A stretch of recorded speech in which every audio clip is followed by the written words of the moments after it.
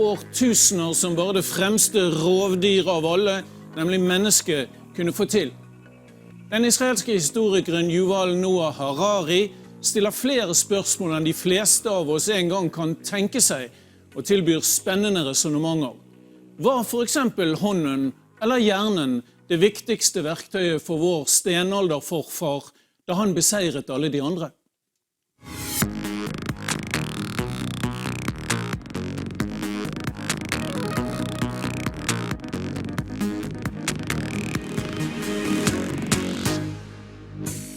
Yuval Harari, welcome to the program. Hello, it's a pleasure to be here. It's a pleasure to have you. Tell me, what was the most important tool for our forefathers some 70,000 years ago? His hands or his brains? Above all, the imagination, the ability to invent things that don't exist anywhere except in the stories that we tell one another.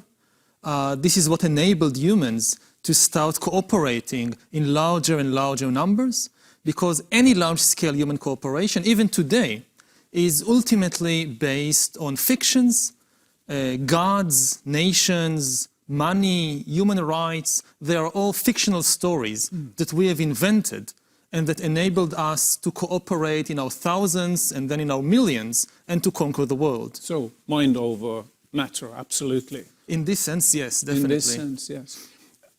In your book, Sapiens, A Brief History of Mankind, which is a great international success now for the third year, I think, you're actually saying that even slander and people talking about each other behind their backs is a very important human trait.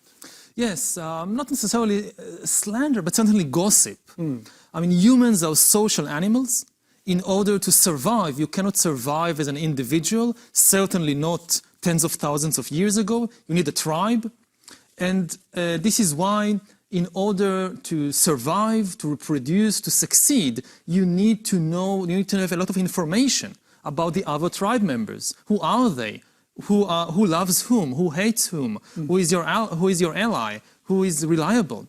And for this, gossip is extremely important.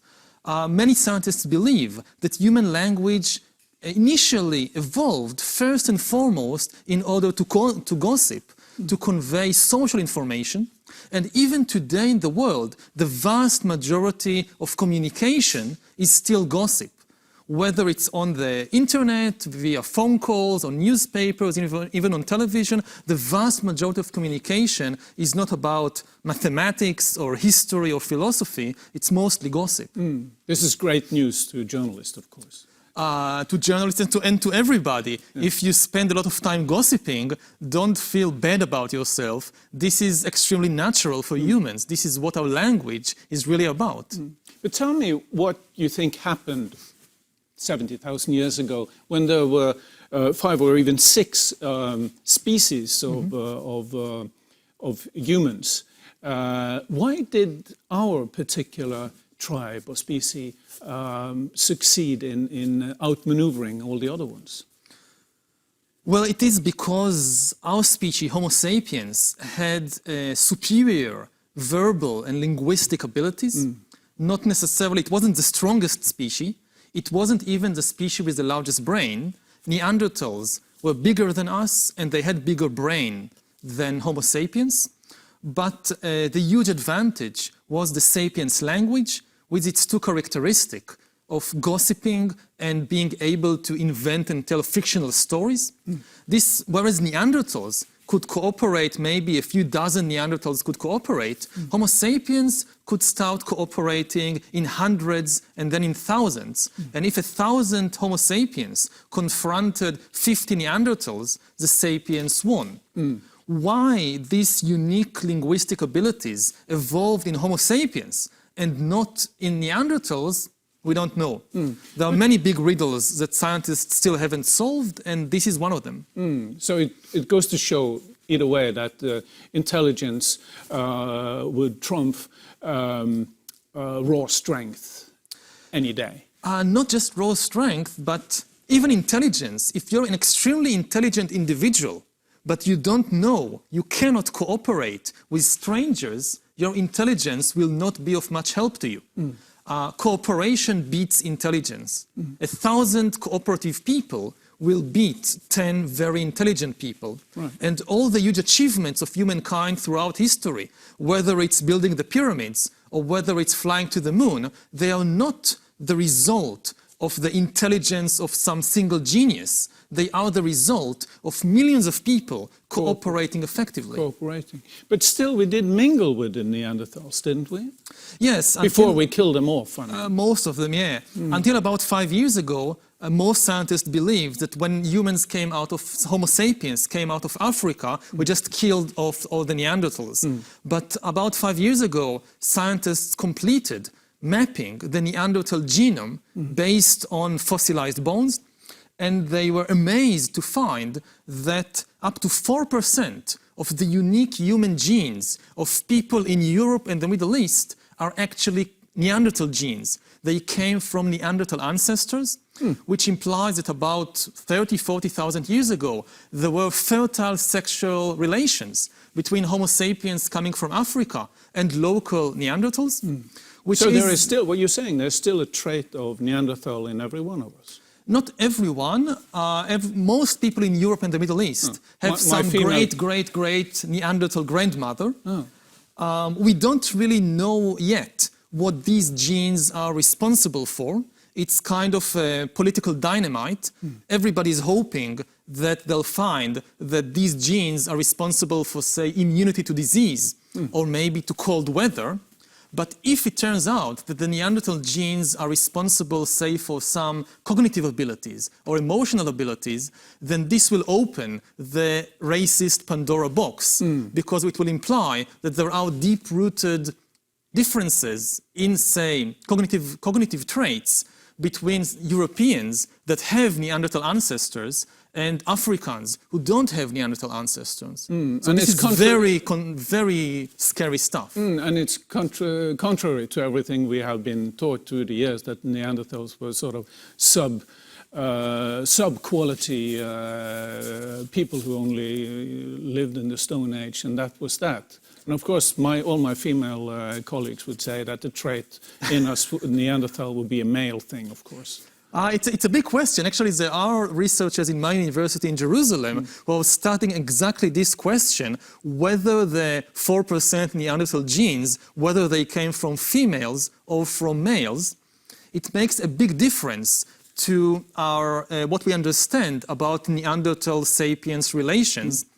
But they haven't reached a conclusion on that. No, they still haven't reached a conclusion. But anyway, it's really amazing to realize that we, Homo sapiens, not only can we have sexual relations with an animal from a different species, we can actually have children together with an animal from a different species, with Neanderthals, for example.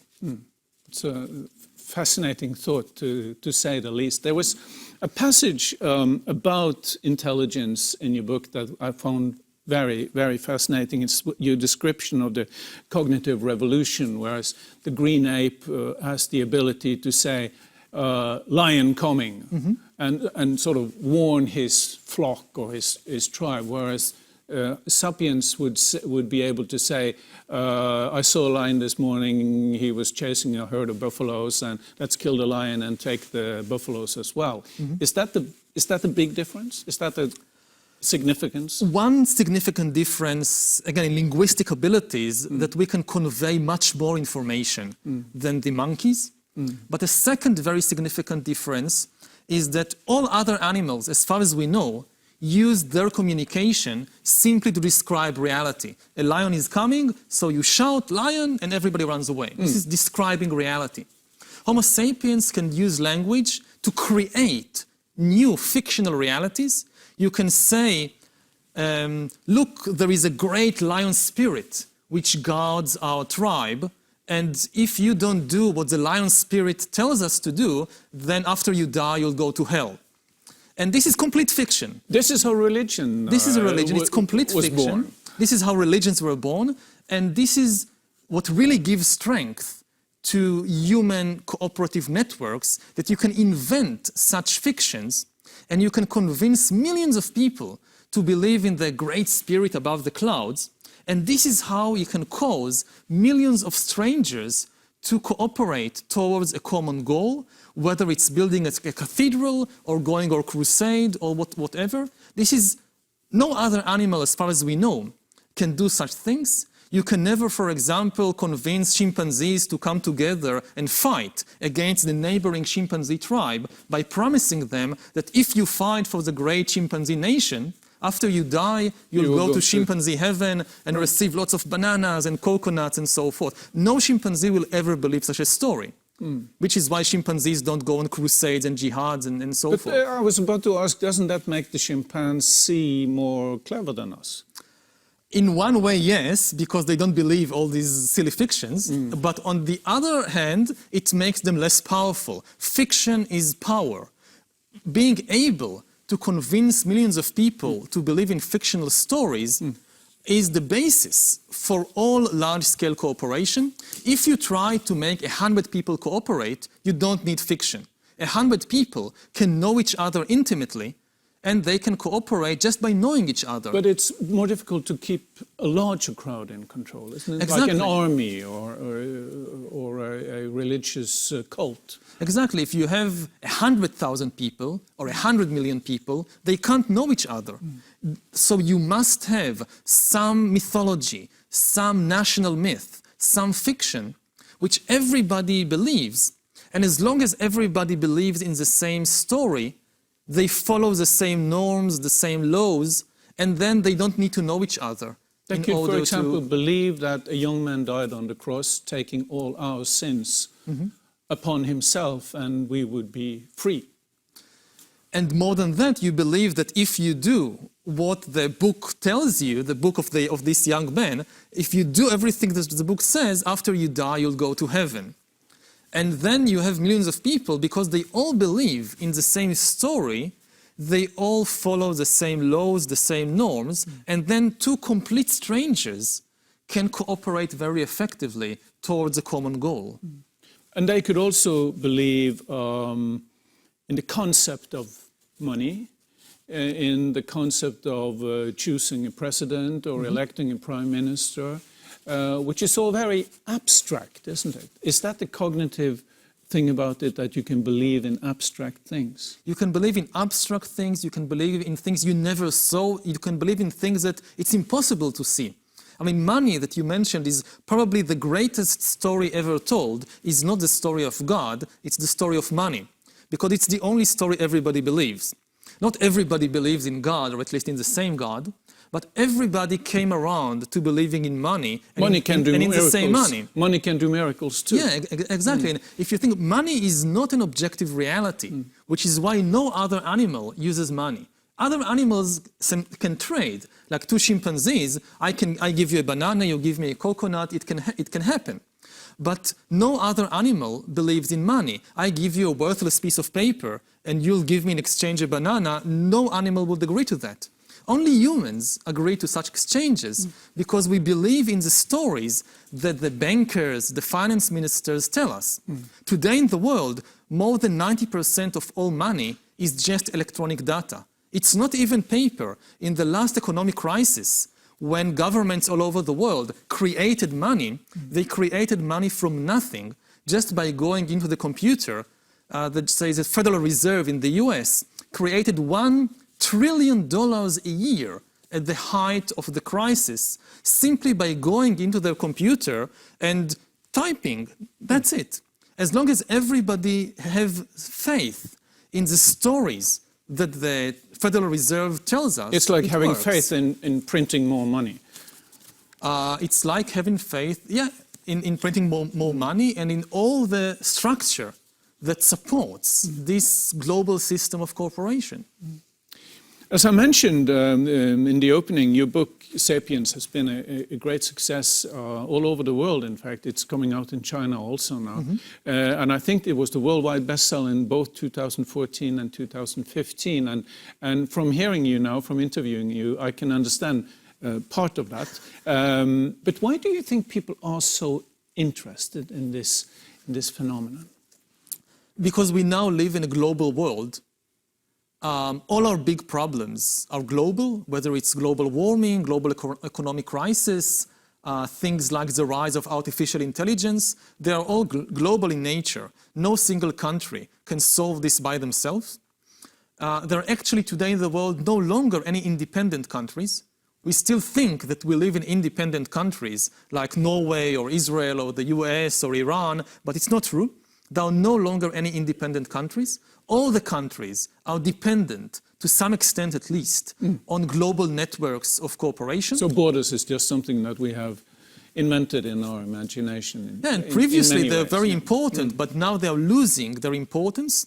And people need a global vision of human history, which is often not provided by the school system or by old-fashioned history books that focus on particular countries, particular religions, and don't give you the global view. Were you convinced of this when you started out writing the book, or did you come to that conclusion as you went along? I gradually, by studying what's happening in the world, became more and more convinced of it. And I think that the success of the book kind of affirmed this theory, or this expectation that I now travel in different places around the world, and I see that people all over the world are concerned by the same problems, frightened by the same dangers. So this certainly bears out this idea of globalization. Let's talk a little bit about the world today. In a historic perspective, we often say, for example, about the war in Syria, the civil strife in Syria, that this has created the worst refugee crisis the world has seen in the aftermath of the Second World War. But still you claim that we live in your book, that we live in a relatively peaceful time, all things considered. How can you say that? Because it's a relative claim, it's not an absolute claim. Nobody is saying that there is no violence in the world. That's obviously not true. But there is far less violence in the world today than in any previous time in recorded history. For most of history, up to 10% of human death was caused by human violence. Today, the global average is about 1.5% of death. Today in the world, more people commit suicide than are killed by war and crime put together. More people die from eating too much than from war, violence, and terrorism put together. Especially in the Western world, people are so concerned about terrorism. But if you look at the statistics, for every European or American that is killed by a terrorist attack, about 1,000 die from eating too much. From this perspective, McDonald's is a far greater threat to your life than Al-Qaeda. And this has deep roots, the decline of violence in the world. I'm not sure that McDonald's would totally agree with you on that. But anyway, it's interesting, but we still live in a very dangerous time, do we not? Where we have the guaranteed, mutual guaranteed total destruction by a nuclear holocaust if we don't watch out. So maybe we have changed war with fear. One of the two main reasons why international violence has been declining over the last 60, 70 years is certainly the threat of nuclear war. From this perspective, nuclear weapons as of 2016 was one of the best inventions ever, because this was the invention that put an end to superpower warfare. Since 1945, there has not been any case of a direct military clash between superpowers.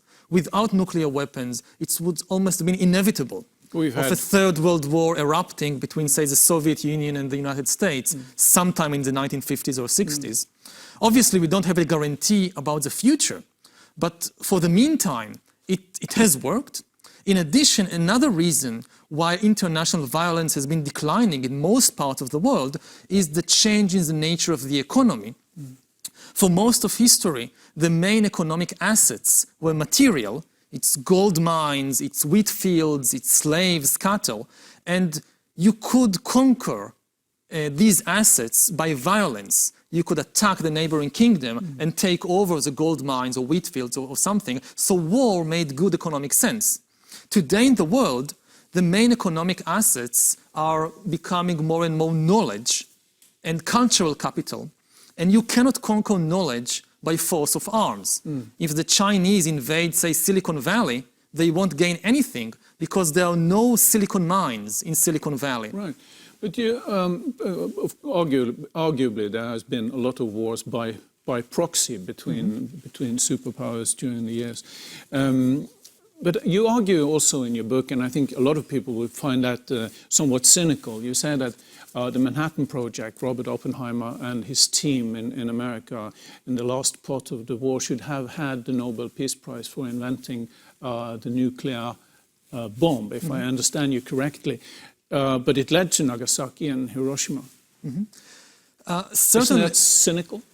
I don't think so. First of all, it shortened the Second World War by at least a few months, saving hundreds of thousands of lives, mostly of Japanese civilians. But the Americans claim that it would save 1 million American lives, perhaps. Yeah, but also we shouldn't forget about certainly it would save hundreds of thousands of American lives and hundreds of thousands of Japanese lives.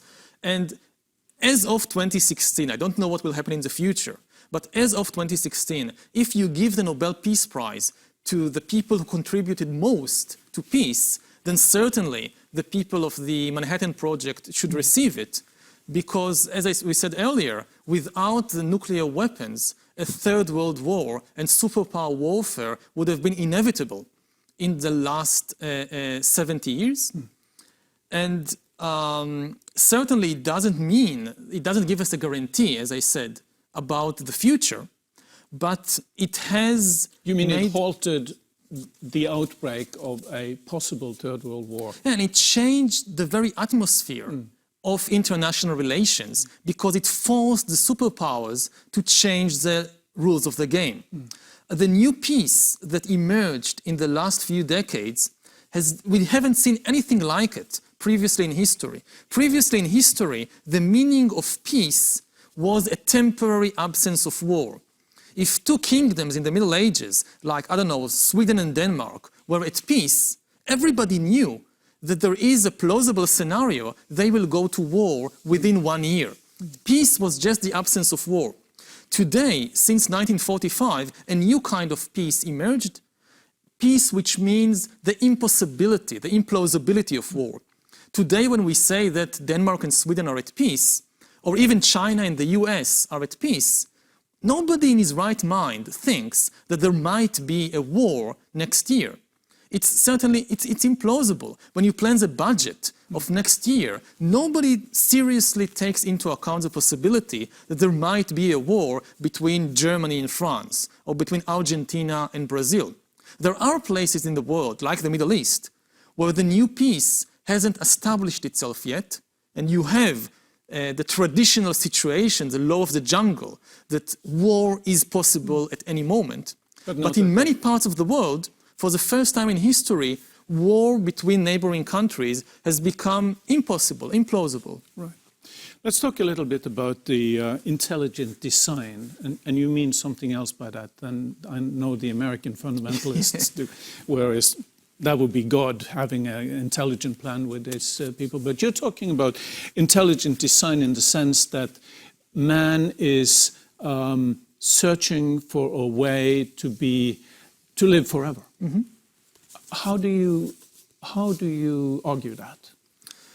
Well, what we are seeing nowadays is the greatest revolution not only in history but also in biology, because new technologies, especially biotechnology and computer science, is giving us the ability to decipher the human body and how organisms, including human beings, function, and gives us the ability to start manipulating and upgrading organisms.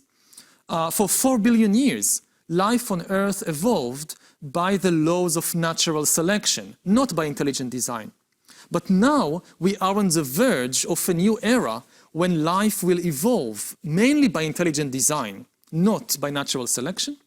In addition, after 4 billion years in which all of life was confined to the organic realm, whether you were a dinosaur or an amoeba, you were made of organic stuff. Now we are about to break out, life is about to break out into the inorganic realm. We are gaining the possibility to start designing non-organic life, for instance, life based on silicon, or life forms that will exist within computers and within virtual reality.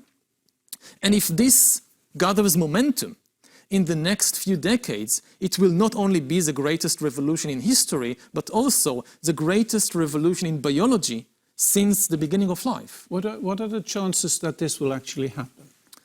I think that unless humankind destroys itself through nuclear holocaust or through an ecological catastrophe, the chances are extremely high that within a century or two at most, we will enter this new era in the history of life, an era characterized by intelligent design and inorganic life forms. And I don't think there'll be human beings like you and me in 200 years. If we don't destroy ourselves, we will upgrade ourselves into a completely different kind of beings, which are much more different from us than we are different from Neanderthals. How will we look and how will we act? Nobody really knows anything about how the world would look because it's beyond our imagination. Once you have the ability to start changing the human body and mind, you also have the ability to start manipulating human desires and the human imagination.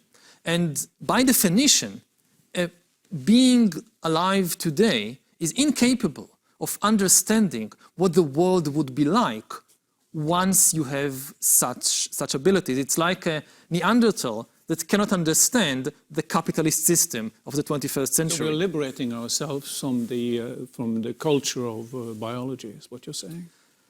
We are breaking the bonds, the biological bonds that have restricted us and guarded us for many thousands of years. I mean, throughout history, there have been so many revolutions in technology, in economics, in politics, but one thing remained constant, which is humanity itself. We still have the same bodies, the same brains, the same basic emotional and cognitive abilities that we had in ancient Egypt or in the Stone Age.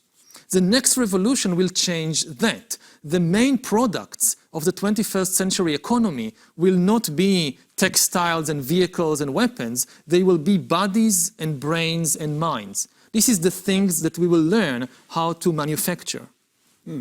Fascinating thought, and we're looking towards a future that perhaps not everybody is looking forward to. We'll just live and see as long as we can. Yuval Harari, thanks very much for an interesting chat. Thank you. And thanks for coming on the program. It's my pleasure. Da det over for i kveld, ja, med dette programmet altså.